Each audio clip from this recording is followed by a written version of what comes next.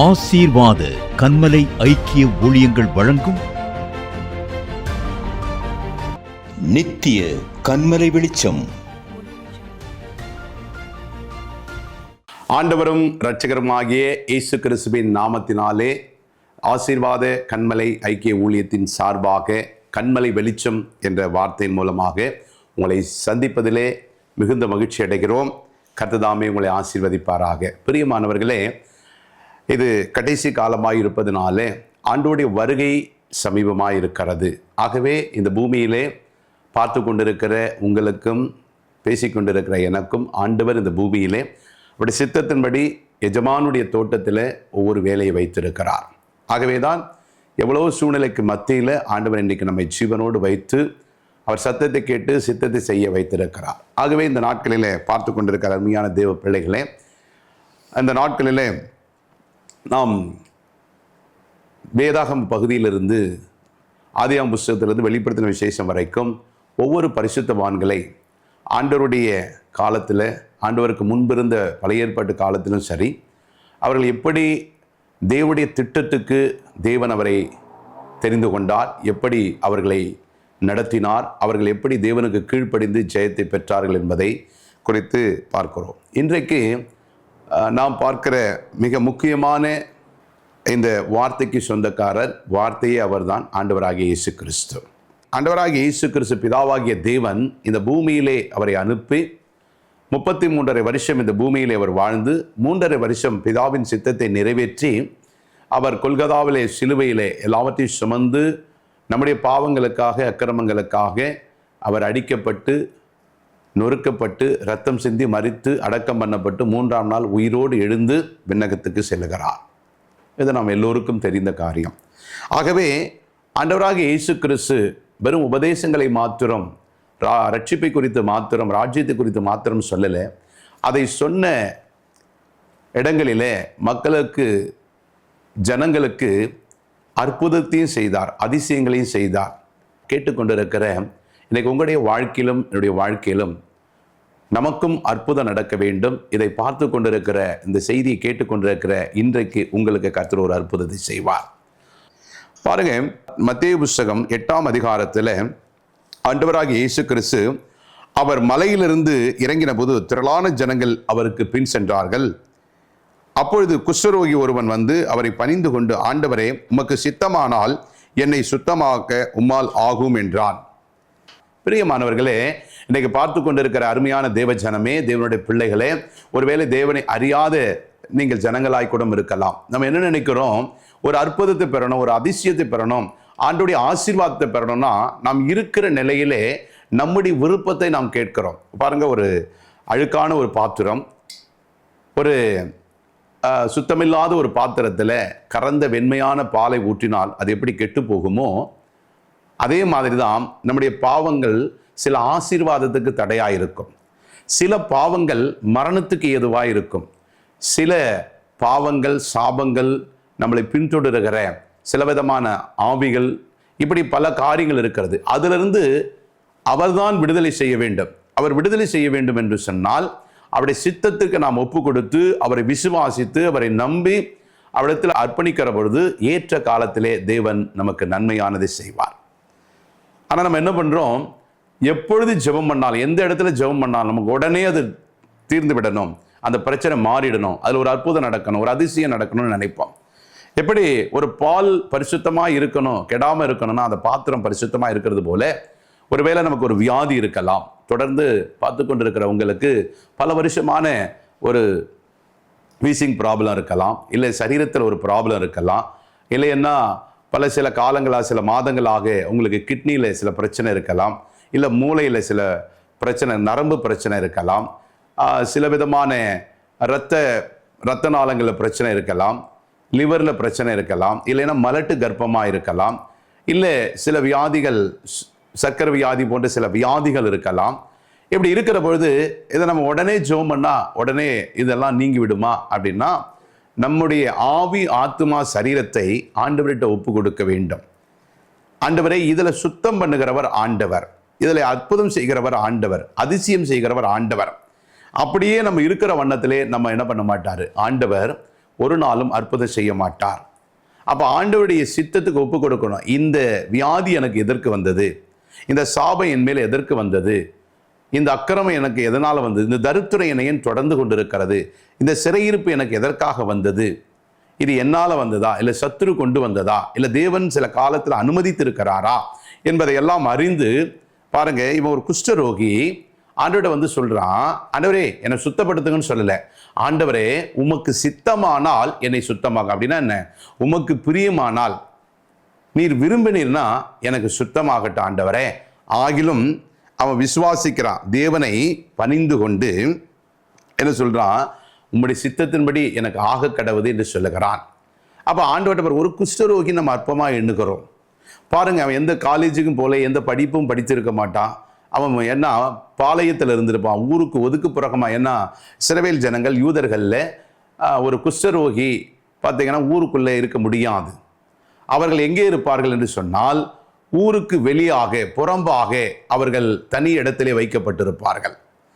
அப்போ இந்த குஷ்டரோகியாய் இருக்கிற பொழுது ஆண்டவர்கிட்ட ஒரு காரியத்தை எப்படி கேட்க வேண்டும் என்பது ஒரு குஷ்டரோகிக்கு தெரிகிறது.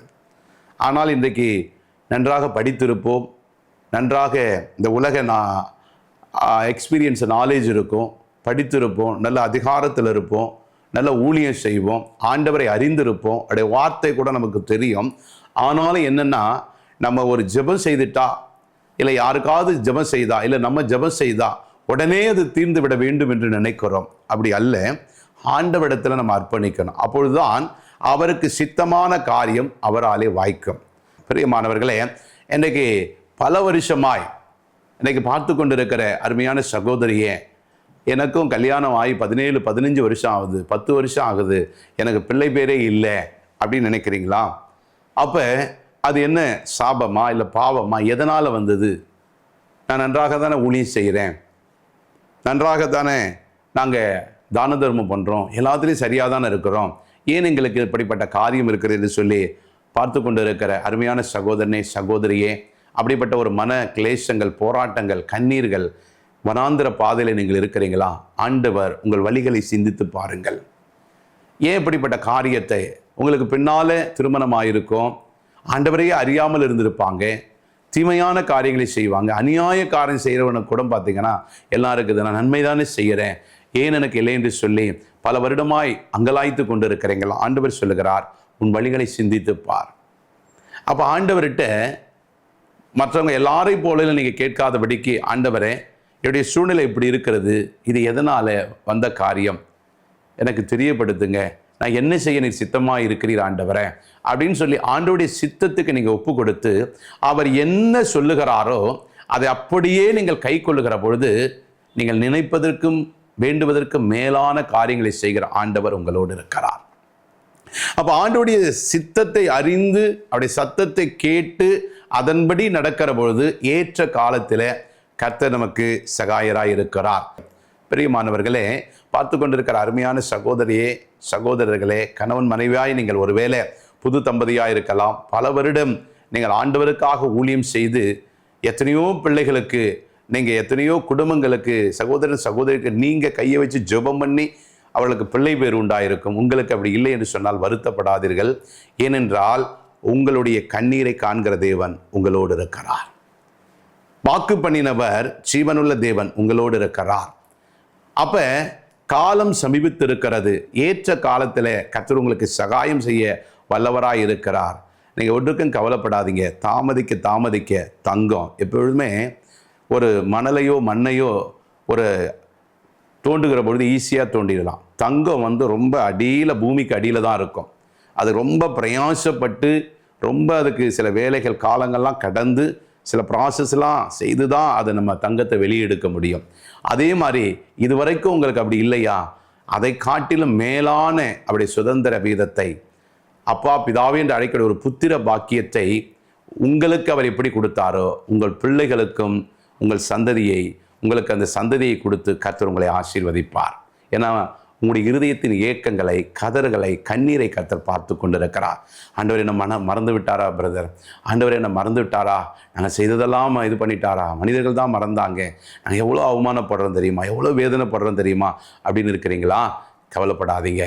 ஆண்டவருடைய உங்களுடைய விண்ணப்பம், உங்களுடைய இருதயத்தின் ஏக்க கதறல் இன்றைக்கி கர்த்தருடைய சன்னிதானத்தில் ஏறி இருக்கிறது. இதோ நான் கொஞ்ச நாள், இன்னும் கொஞ்சம் சமீபமாக வந்துட்டீங்க. ஏற்ற காலத்தில் நீங்கள் எங்கே வெட்கப்பட்டீர்களோ, எங்கே உங்கள் தலை கவிழ்க்கப்பட்டதோ, எங்கே நீங்கள் அவமானப்பட்டீங்களோ, எத்தனை பேர் என்னென்னவோ ஏசியிருப்பாங்க, எத்தனையோ பேர் என்னென்னவோ உங்களை சொல்லியிருப்பாங்க. ஒரு புழுப்பூச்சி கூட இல்லை அப்படின்னு சொல்லி, ஒன்றுக்கும் உதவாக்கரன்னு சொல்லியிருப்பாங்க, உங்களை அவமானப்படுத்தியிருப்பாங்க, உங்ககிட்ட உங்களை பார்க்குறதே அபசமாக நினச்சிருப்பாங்க, உங்களை பார்க்குறதே ஒரு தரித்திரமாக கூட நினச்சிருப்பாங்க. நீ கவலைப்படாதீங்க. ஏன் தெரியுமா? எல்லாரை காட்டிலும் 12 சீஷர்களில் 10 பேருடைய வார்த்தையை பார்த்தாங்க. ஆனால் யோவான் சானகன் தேவனுடைய இருதயத்தை பார்த்தான். அவர் இருதயத்தில் என்ன நினைக்கிறார்? வாயின் வார்த்தைகளை பேசுகிறது வேறு, இருதயத்தை நினைவு பார்த்தான்.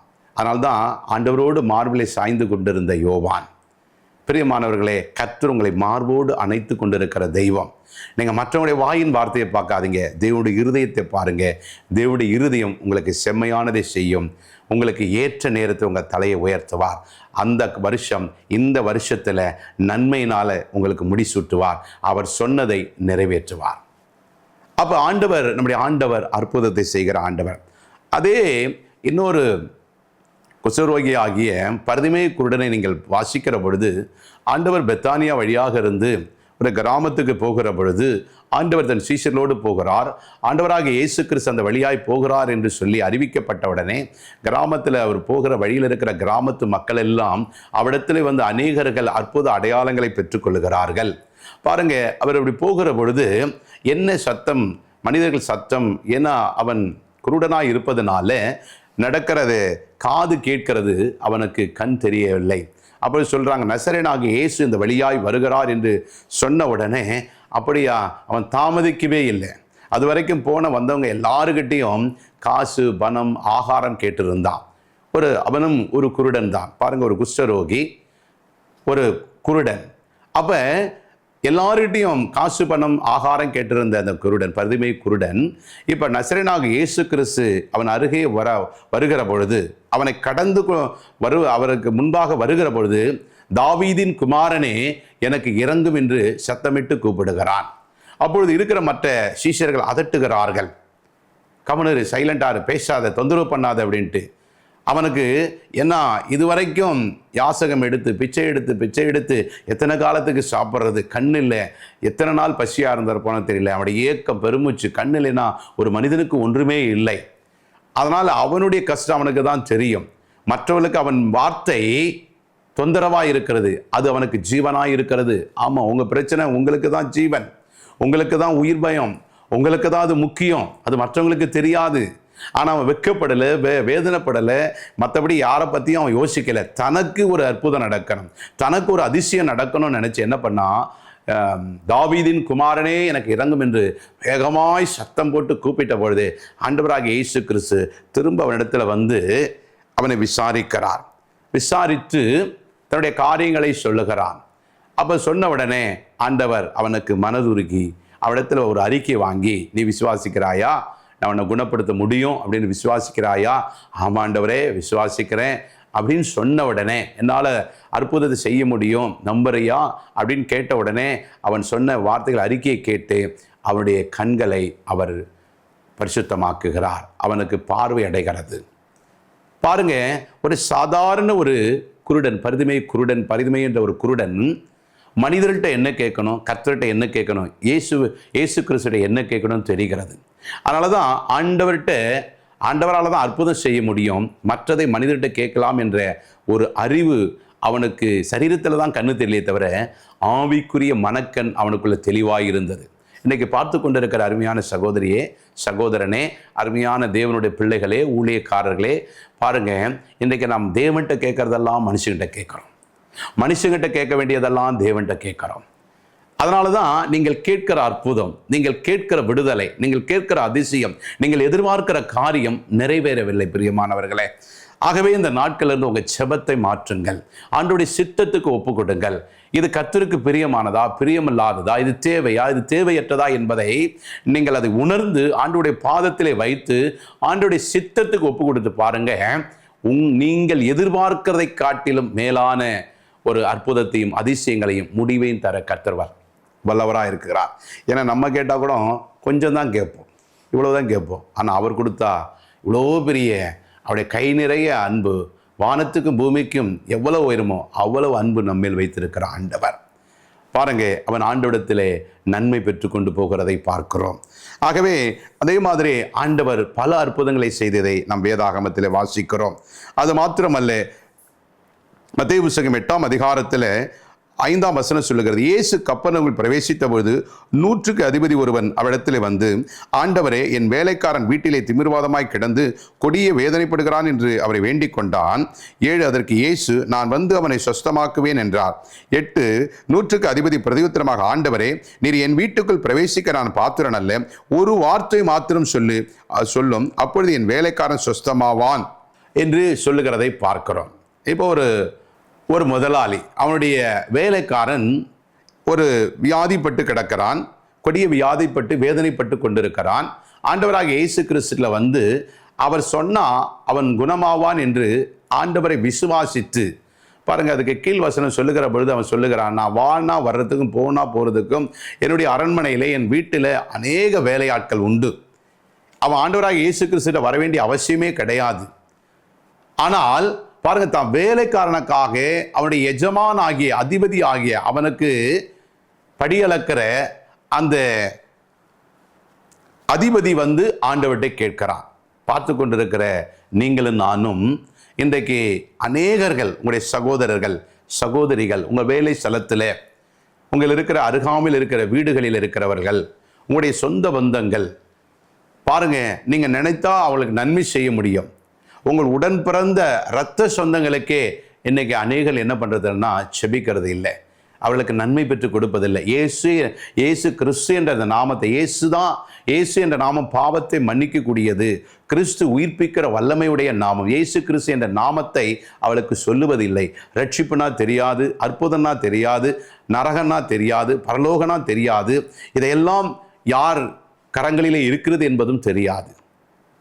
ஆகவே உங்களுக்கும் எனக்கும் நன்றாக தெரியும், பாவத்தை மன்னிக்கிறவர் ஆண்டவராக இயேசு கிறிஸ்து. அப்ப பாவத்துக்கு மரித்து நீதிக்கு பிழைக்கிற இயேசு கிறிஸ்து தான் நம்மால பரலோகத்துக்கு கொண்டு போக முடியும்.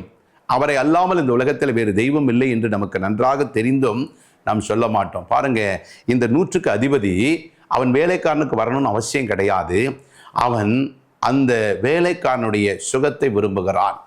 இன்னைக்கு பார்த்து கொண்டிருக்கிற உங்களுடைய அலுவலில், உங்கள் ஊழியங்களில், உங்கள் வீடுகளில், நீங்கள் வேலை செய்கிற வேலை ஸ்தலத்தில், தொழிலில், மற்ற இடங்களில் உங்களுக்கு கீழானவர்களை நீங்கள் அற்பமாய் எண்ணாதபடிக்கு இயேசு கிறிஸ்து எப்படி நேசித்தாரோ, இயேசு கிறிஸ்து எப்படி மனதுருகினாரோ, ஆண்டவராக இயேசு கிறிஸ்து எப்படி மற்ற மேலே கரிசனையாக இருந்தாரோ, அந்த கரிசனையை நீங்களும் உங்களுக்கு கீழாக இருக்கிறவர்களுக்கு மேலே, ஏன்னா நமக்கு மேலாக இருக்கிறவர்களுக்கு அதிகமாய் பிரார்த்தனை பண்ணுவோம், ஜெபம் செய்வோம்.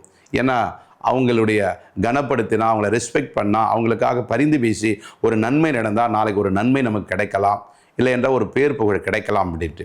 ஆனால் தனக்கு கீழ் உள்ளவர்களுக்கு இன்றைக்கு அநேக மனிதர்கள், ஆண்டவரை அறிந்த பிள்ளைகள் செய்வதில்லை. இந்த 100க்கு அதிபதிகிட்டே நாம் கற்றுக்கொள்ள வேண்டிய ஒரு பாடம். பிரியமானவர்களே, அப்போ இன்றைக்கு உங்களை சுற்றி இருக்கிற இப்படிப்பட்டவர்களுக்காக நீங்கள் வேண்டுதல் விண்ணப்பம் செய்ய வேண்டும். அப்பொழுது நீங்கள் விசுவாசித்தால் ஆண்டவராக இயேசு கிறிஸ்துவுடைய மகிமையை கண்டு அவளுக்குள்ள ஒரு அற்புதத்தை பெற்றுக் கொடுக்க முடியும் என்பதை நாம் அறிந்து கொள்ள வேண்டும். இப்படியாக ஆண்டவராக இயேசு கிறிஸ்து அவர் செய்த அற்புதங்களையும் அடையாளங்களையும் நீங்கள் என்ன பண்ணலாம், புஸ்தகத்தை எழுதினா அது இந்த உலகத்தில் அடுக்கி வைத்தால் இடம் கொள்ளாது என்று சொல்லப்படுகிறதை நாம் வாசிக்கிறோம். அதே மத்தேயு புஸ்தகத்தில் 8ஆம் அதிகாரம் 14ஆம் வசனம் பார்க்கிற பொழுது, இயேசு பேதுருவின் வீட்டிலே வந்து அவன் மாமி ஜுரமாய் கிடக்கிறதை கண்டார். அவள் கையை தொட்ட உடனே ஜுரம் அவளை விட்டு நீங்கிற்று. அவள் எழுந்திருந்து அவளுக்கு பணிவிடை செய்தாள் என்று நாம் வாசிக்கிறோம். பேதுரு மாமி ஜுரமாய் கிடக்கிறாள். ஆண்டவராக இயேசு கிறிஸ்துவுக்கு சொல்லுகிறார்கள், பாருங்க, அந்த ஜுரம் என்பது கூட ஒரு விதமான ஆவி. ஏன்னா ஆண்டவர் சில இடத்துல அந்த ஆவிகளை அதட்டுவார், சில இடத்துல தன் கைகளை வைப்பார், சில இடத்துல பார்த்து பேசுவார், கமாண்டிக் கட்டளை கொடுப்பார். அப்ப அந்த ஆவிகள் அவளை விட்டு கடந்து போகணும் பொழுது, அந்த சிறையிருப்பிலிருந்து அவர்களை விடுதலை ஆக்கிற பொழுது அவளுக்கு பரிபூர்ண சுகம் கிடைக்கிறதை பார்க்கிறோம். இன்றைக்கு மிகவும் கொடியதான ஒரு ஜுரத்தினாலே ஒரு படுக்கையில் நீங்கள் கிடக்கிறீங்களா? எவ்வளோ வருஷம் நான் படுக்கையாக கிடக்கிறேன், என்னால் இந்த வேதனை சகிக்கவே முடியல, பல டாக்டர்கிட்ட பல லட்சங்களை செலவு பண்ணிட்டேன், எனக்கு ஒன்றுமே நடக்கலைன்னு சொல்கிறீங்களா? இன்றைக்கு ஆண்டவராக இயேசு கிறிஸ்து உன் வலது கரங்களை பிடித்து அவர் நீதியின் வலது கரத்தினாலே உன்னை தூக்கி விடுகிறதை நீங்கள் காண முடியும் விசுவாசித்தால்.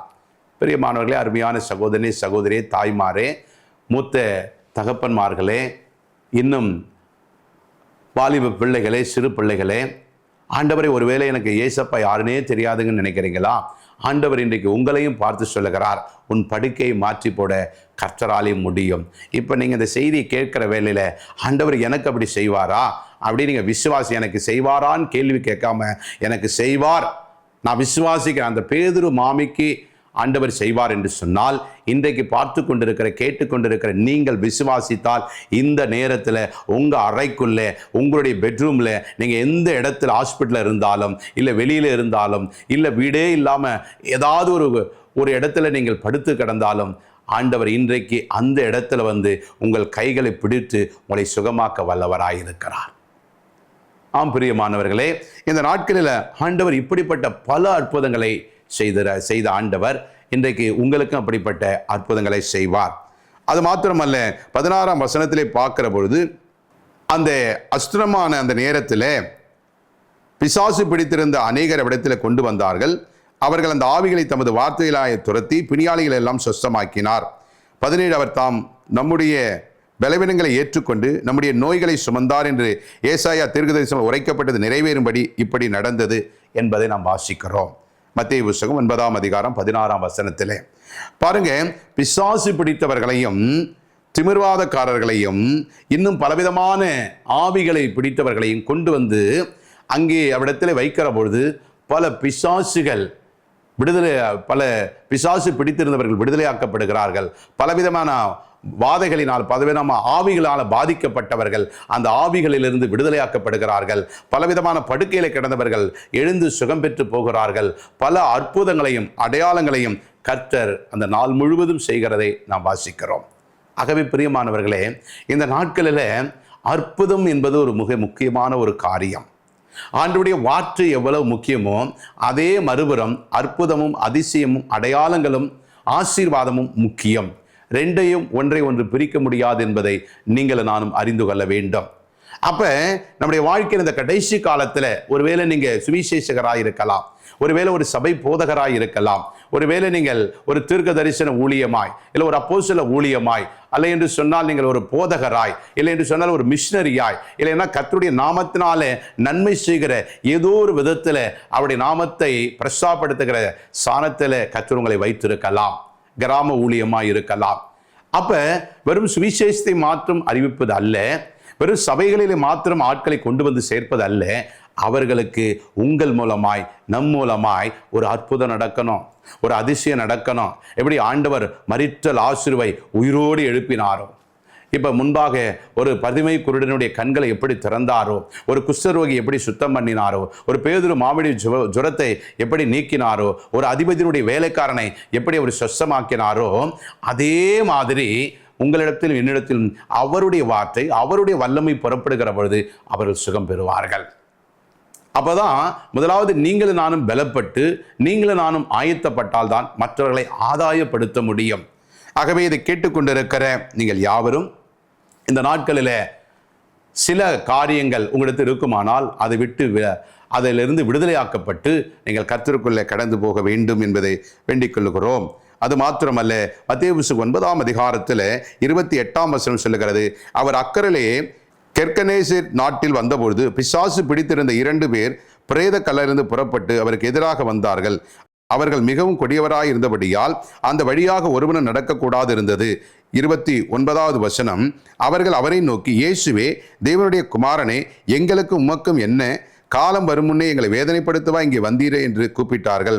அவள் கொஞ்சம் தூரத்திலே அநேக பன்றி கூட்டங்கள் மேய்ந்து கொண்டிருந்தன. 31ஆம் வசனம், அப்பொழுது பிசாசுகள், நீர் எங்களை துரத்துவீரானால் நாங்கள் அந்த பன்றியின் கூட்டத்திலே போகும்படி உத்தரவு கொடு என்று அவரை வேண்டிக் கொண்டன.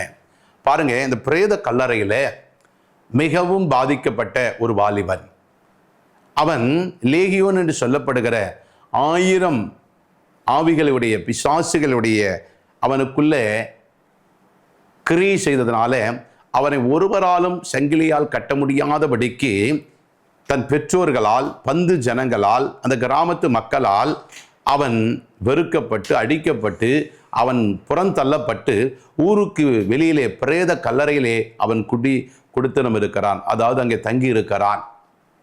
அவன் தன்னை உருவ குத்தி கொண்டு இருக்கிறான். இயேசு வழியாய் கடந்து போகிறார். அந்த வாலிபன் இயேசுவை பார்த்த உடனே அவருடைய பாதத்திலே போய் உட்கார்ந்து விடுகிறான். அவனுக்குள்ள இருக்கிற அந்த பிசாசுகளை இயேசு அதட்டுகிறார். இவரை விட்டு வெளியே போ என்று சொன்னும் பொழுது, உன் பெயர் என்ன என்று கேட்கிற பொழுது அது லேகியோன் என்று சொல்லப்படுகிறது. அப்போ லேகியோன் என்றால் ஒரு ஆள் இல்லை, அதில் பல ஆட்கள், பல ஆயிரம் பிசாசுக்கள் அதில் இருக்கிற பொழுது ஒரு மனிதனை 1000 ஆவிகள் அவனை வேதனைப்படுத்தினால் அவனால் எப்படி இருக்க முடியும்? யோசிச்சு பாருங்க. இன்னைக்கு உங்களுடைய வாழ்க்கையில் அப்படித்தான். ஒன்று போனால் ஒன்று. ஐயோ, இவர் மனுஷனாகவே இருக்க மாட்டான், மிருகமாயிடும். சில பேருக்கு இந்த அமாவாசை இருட்டு வந்தா, இருட்டை பார்த்தா காத்து கருப்பு பட்டது, சாபம். இந்த அமாவாசை நாட்கள்லாம் சங்கிலியால் கட்டி போட்டிருக்கிற எத்தனையோ பேரை நாங்கள் கிராம ஊழியத்தில், பட்டணத்தில் பார்த்துருக்கிறோம். அவங்க சொல்லும்போது அந்த சகோதரி வேதனையாக சொல்லுவாங்க, பாஸ்டர், அமாவாசை வந்துட்டாலே இவர் பயங்கர மிருகமாக மாறிடுவார், 10 பேர் பிடிச்சாலும் இவர் அடக்கவே முடியாது, அப்படிப்பட்ட கொடுமையான காரியம் இருக்கும் என்று சொல்லி வேதனையோடு அந்த வீடே சூறையாடப்படும். திகில் பிடித்து பயத்தோடு, ஒரு மரண பீதியோடு அந்த குடும்பம் இருப்பாங்க. இன்னைக்கு உங்கள் வீட்டில் அப்படிப்பட்ட சூழ்நிலை இருக்கிறதா? ஆண்டவர் இன்றைக்கு அந்த பிரேத கல்லறையில் இருந்து அவனிடத்தில் இருந்த ஆவியை இயேசு கிறிஸ்து, அந்த ஆவிகள் அவருக்கு பார்த்து நடுங்கின. தேவனுடைய குமாரனே, உமக்கு எங்களுக்கு என்ன, எங்களை வேதனைப்படுத்துவாங்க வந்தீர் என்று சொன்ன பொழுது, பேசாதே, நீ என்ன பண்ணு, வெளியேறுங்க என்று சொன்ன உடனே அது மற்ற இடத்துக்கு போகாத பன்றிகளை பார்த்து அந்த கூட்டத்துக்குள்ளே எங்களை அனுப்பிவிடும் என்று சொன்ன பொழுது அப்படியே அனுப்பினார். அவைகளெல்லாம் கடலில் விழுந்து மாண்டு போனது. அப்ப அந்த இயேசு கிறிஸ்துவை போல இன்றைக்கு உங்களுக்குள்ள, உங்க வீட்டுக்குள்ள அப்படி ஒரு பிரச்சனை இருக்குதா? மரண போராட்டம் இருக்குதா? வியாதி இருக்குதா? பல வருஷமா இருக்கிறதா? சில நாட்களில் நரக வேதனையா இருக்கிறதா? எத்தனையோ டாக்டரை பார்த்துறேன், எத்தனையோ பாஸ்டர்மாரை பார்த்துறேன், எத்தனையோ சர்ச்சுக்கு போயிட்டேன், எத்தனையோ ஊழியக்காரர்களுக்கு எவ்வளோ செலவு பண்ணி பார்த்துட்டேன், என்னால் ஒன்றுமே பண்ண முடியலன்னு வேதனையோடு இருக்கிறீங்களா? இன்றைக்கு இயேசு உனக்குள்ளே இருக்கிற அந்த லேகியோனை அவர் இப்பொழுதே அந்த பன்றிகளின் கூட்டத்துக்குள்ளே அனுப்பி கடலிலே மாண்டு போனது போல உனக்கு இருக்கிற இன்று கண்ட அந்த எகிப்தியனை இனி தேடியும் காணாதிருக்கும்படி கர்த்தர் உனக்குள்ள ஒரு விடுதலை கொடுக்கிறார். பிரியமானவர்களே, நீங்கள் விசுவாசித்தால் இன்றைக்கு தேவ மகிமையை காண முடியும். நாம் செபிக்கலாம். மகா இரக்கமும் தயவுள்ள நல்ல ஆண்டவரே, இதை பார்த்து கொண்டிருக்கிற அருமையான சகோதரனே, சகோதரியே, ஒரு போராட்டத்தோடு இருக்கிறையா, கண்ணீரோடு இருக்கிறாய், வேதனையோடு இருக்கிறாயா? ஆண்டவர் உன்னை பார்த்து சொல்லுகிறார், மகளே, கலங்காதே, திகையாதே, நான் உன் தேவன், உன் துக்கம் சந்தோஷமாய் மாறும், உன் சுகவாழ்வு சீர்க்கிறம் துளிர்க்கம், கர்த்தரே உனக்கு நித்திய வெளிச்சமாயிருப்பார், உன் துக்க நாட்கள் முடிந்து போனது என்று சொன்ன ஆண்டவர், வியாதியின் படுக்கையில் கிடக்கிறாயா? 38 வருஷம் அந்த பெதஸ்தா குளத்துக்குள்ள போக முடியாதபடிக்கு யாராவது கொண்டு போய் என்னை விடுவார்களா என்று ஏங்கி தவித்தவனை ஆண்டவராகிய இயேசு கிறிஸ்து தேடி போய் சுகப்படுத்தினார். ஒருவேளை 18, 15 வருஷமா, 10 வருஷமா நீ படுக்கையில கைகால் விளங்காம பக்கவாதம் பட்டு நீ படுக்கையில் இருக்கிறாயா? ஆண்டவர் இந்த நேரத்தில் விசுவாசித்தால் தேவனுடைய மகிமை இது உன்னுடைய கரடு முரடான கால்களை, இது உன் கைகளை தொடுகிற வல்லமையின் ஆவியானவர், உனக்குள்ள அந்த அபிஷேகத்தின் ஆவியானவர், உயிர் தெழுந்த வல்லமையின் ஆவியானவர் இப்பொழுதே உன் கால்களில் கரடுமுறை எல்லாவற்றையும் மாற்றி, இதோ கர்த்தர், சேனைகளின் கர்த்தர் உன்னோடு இருக்கிறவர், உயிர் தெழுந்த வல்லமையுள்ள ஆவியானவர் உன்னோடு இருக்கிறார். இதோ உன் பாவங்கள் உனக்கு மன்னிக்கப்பட்டது, இனி பாவம் ஒன்று உன்னை சேதப்படுத்தாதபடி, கேடு ஒன்று வராதபடிக்கு உன்னை காத்துக்கொள் என்று சொன்னாரே, அதே மாதிரி சில பாவங்கள் அவருடைய மகிமைக்கென்று இருக்கிறது. சில காரியங்கள் ஏன்னா பாவத்திலிருந்து விடுதலையாக முடியல, அற்புதம் நடக்க முடியவில்லை, பல குறைவுகள் இருக்கிறது என்று சொன்னால், சில பாவங்கள் உடைய ஆசீர்வாத குறைவுக்கு இருக்கிறது, சில பாவங்கள் மரணத்துக்கோப்பாய் இருக்கிறது, சில பாவங்கள், சில காரியங்கள் அவர் மகிமைக்கென்று வைக்கப்பட்டிருக்கிறது. பல வருஷம் ஆயிடுச்சுன்னு நினைக்கிறியா? 10-20 வருஷமா இருக்கிறது நினைக்கிறியா? அது ஒரு மகிமைக்காக வைக்கப்பட்டிருக்கிறது. பிரியமானவர்களே, இதை பார்த்து கொண்டிருக்கிற இந்த நாட்கள்ல கர்த்தர் வாழ்க்கையில எப்பேற்பட்ட பாவமா இருந்தாலும், எப்பேற்பட்ட வேதனையா இருந்தாலும், எப்பேற்பட்ட வியாதியா இருந்தாலும் கர்த்தர் குணமாக்குற வல்லமை இப்பொழுதே அவருடைய வார்த்தையின் வல்லமையிலிருந்து புறப்பட்டு நீ விசுவாசிக்கிற இந்த நொடியில இதோ ஆண்டவர் முந்தினவைகளை நீ நினைக்க வேண்டாம், பூர்வமானங்களை சிந்திக்க வேண்டாம், புதிய காரியத்தை செய்கிறேன், அது இன்றே இப்பொழுதே ரைட் நவ இந்த வேளையிலே உனக்கு தோன்றும் என்று சொல்லுகிற ஆவியானவர் உன்னோடு இருந்து உன் கண்ணீரின் படுக்கையை மாற்றி போடுகிறார். கர்த்தர் ஆசீர்வதித்து இதோ இந்த நாளிலே உன்னை சுகப்படுத்தி இருக்கிறார், பரிபூர்ண குணப்படுத்தி இருக்கிறார். அது அவருடைய நாமத்தின் மகிமைக்காக, பிதாவின் நாமத்தை மகிமைப்படுத்தும் அவருடைய வார்த்தையின் வல்லமையை பெற்றுக்கொள்ளவும் இதோ கர்த்தர் ஆசீர்வதித்திருக்கிறார். என் துக்க நாட்கள் முடிந்து போனது. இனி கர்த்தர் சந்தோஷமாக்கி சமாதானத்தின் எல்லைகளிலே குடியிருக்க பண்ணுவார். God bless you. கர்த்தர் உங்களை ஆசீர்வதிப்பாராக. அன்பிற்குரியவர்களே, உங்கள் ஜெப தேவைகளுக்கும் மேலும் ஆலோசனைகளுக்கும் எங்களோடு நீங்கள் தொடர்பு கொள்ள எங்கள் முகவரி ஆசீர்வாத கன்மலை ஐக்கிய ஊழியங்கள், பிளாட் எண் 20, 3வது மாடி, ஜானகி நகர், அனெக்ஸ், காட்டுப்பாக்கம், சென்னை 56.